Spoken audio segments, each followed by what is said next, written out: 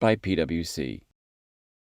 PwC is a leading global professional services network focused on building trust in society and solving important problems. PwC works with clients from all industries to transform their business by developing and implementing innovative strategies, experiences, and technologies in ways that are faster, more agile, and accountable.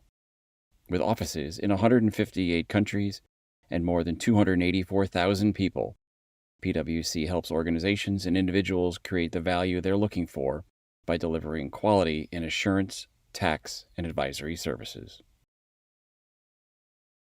Welcome to the Procurement Foundry show, TenureTalks. We ask the same 5 questions each week, providing you with chewable bites of expertise. I'm your host, Sarah Scudder, print procurement guru. I run Real Sourcing Network, a print technology startup that leverages technology to provide companies with an innovative and painless way to buy high quality print for less.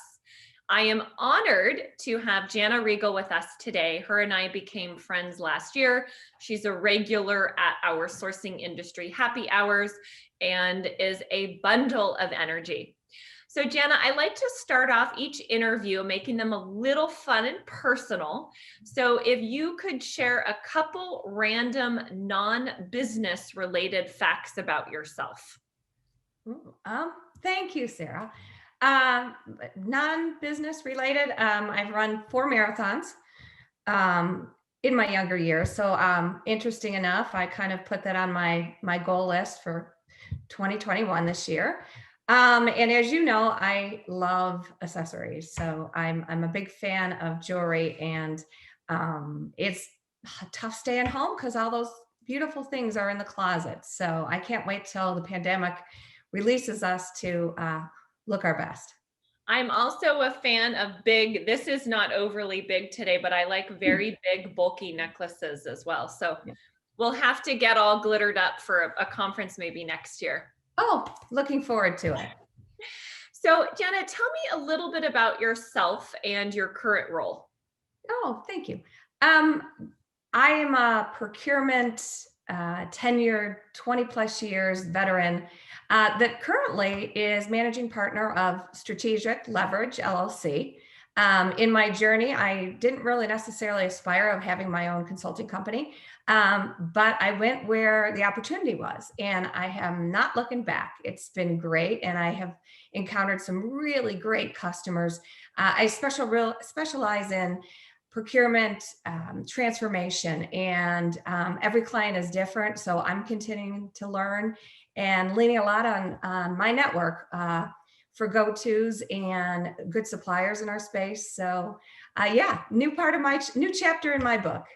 I know a lot of my friends that do consulting love the flexibility and being able to work with so many different types of companies. So hopefully you'll find that to be really fun as well. Yeah, it is. So who was one person, mentor, coach, or boss that helped you most in your career, and how did they help?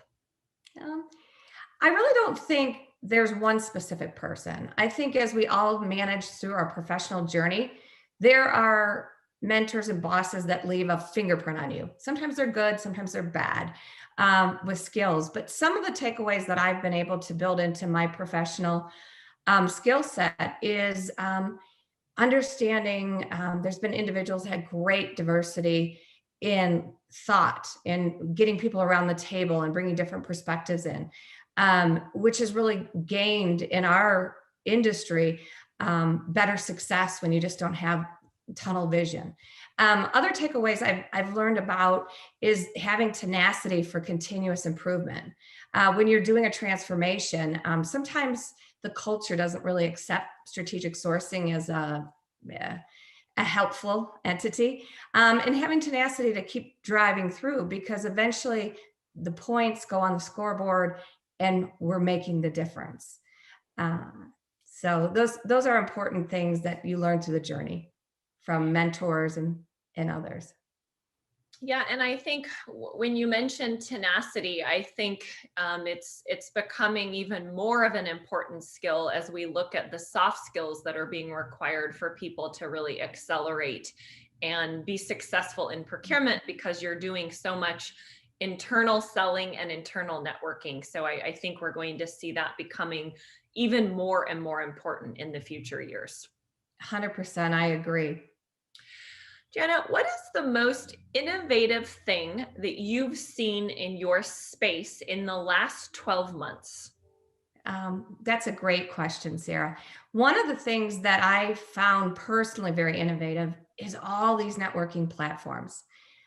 In the past years, I was really knee deep in my own workload, and didn't take time out to lean into these networks. So between Real Sourcing Network, Procurement Foundry, Global Women in Gaming, I've really reached out and started to engage in these networking events. And it's amazing how many people share our love for the craft of procurement, as well as great resources, great stories, great learning lessons to avoid, certain gaps. I found it so refreshing, and it opened me up to a new world of really friends and colleagues. And Jana, I forget, are you on Clubhouse yet? Funny you should say that. I am overwhelmed with all my Clubhouse events. So yes, and it's great because it's just another gateway into meeting new people. And you talk about the diversity of thought and wow, and the achievement of others, and really celebrating the fact that we have this technology that really can embrace bringing people together to share. And that's the best thing in the last 12 months. In spite of all of us being stuck at home. So it's Yeah, been and Mike and Tina and the Procurement Foundry team, I think, are doing a really good job of building a procurement community in the Clubhouse platform. And I think we're going to see that continue to grow. And you mentioned, the power of networking. And I think Clubhouse is a great example of how procurement professionals can build their networks and share wisdom and add value by being a part of platforms like that. And in particular, what I love about Clubhouse is there's no video. So you can be in your PJs, you can be cooking, you can be cleaning and have it on your headset. So I'm glad to hear that you're leveraging that. Exactly. 100%. What is one unique thing that we don't know about you professionally? I think what's unique about me is I attended one of the best supply chain schools, Michigan State University. However, I have an advertising degree. So it makes it very unique. So the first 10 years of my career, I spent in advertising and sales. I made a shift, which none of us should ever feel boxed into a career. What's the benefit or the beauty of what we learn from everything we do is that it builds a skill set that can be transferable. I found my time in advertising. I really refined project management, attention to detail, customer service, what brand is about. And when I came into the procurement world, I think it kind of differentiated me against my other colleagues, because I really did appreciate this notion of passion with service with passion, and having a customer focused, whether that customer is a stakeholder or the CFO or the board of directors, or in some cases, your own team. The ability to sell and the ability to communicate and put open eyes to how you're going to mutually collaborate together really has brought my professional career full circle. And find myself often using on the same core things I developed when I worked at an ad agency as what's important to be a good contributor in a procurement role as well. Yeah, and Jana, we talked about soft skills. I think sales and marketing, again, is just so important for people who are really looking to be successful in procurement, because so much of your time is actually spent building trust and working with those stakeholders. So I find that some of the suppliers that I've interacted with in my career that are the best suppliers or stakeholders are people that have also had that sales experience. Yeah, 100%. What is one piece of advice that you have for people who are clawing up the ranks? That's an interesting question. I will always say ambitious in nature is always a good thing in the workplace. I love the people that aspire to go to that CPO role and are in a junior role. I think people show up with that curiosity and that drive. It's a good thing. However, being a leader for many years, when I had excellent team below me, sometimes corporate constraints can hold back, meaning budgets, of not recognizing people's good work and hard work to get those promotions going. So, my advice would be is, be patient. You have to do your time. Be so good they can't ignore you. And eventually it will come around, whether it be within company or outside a company.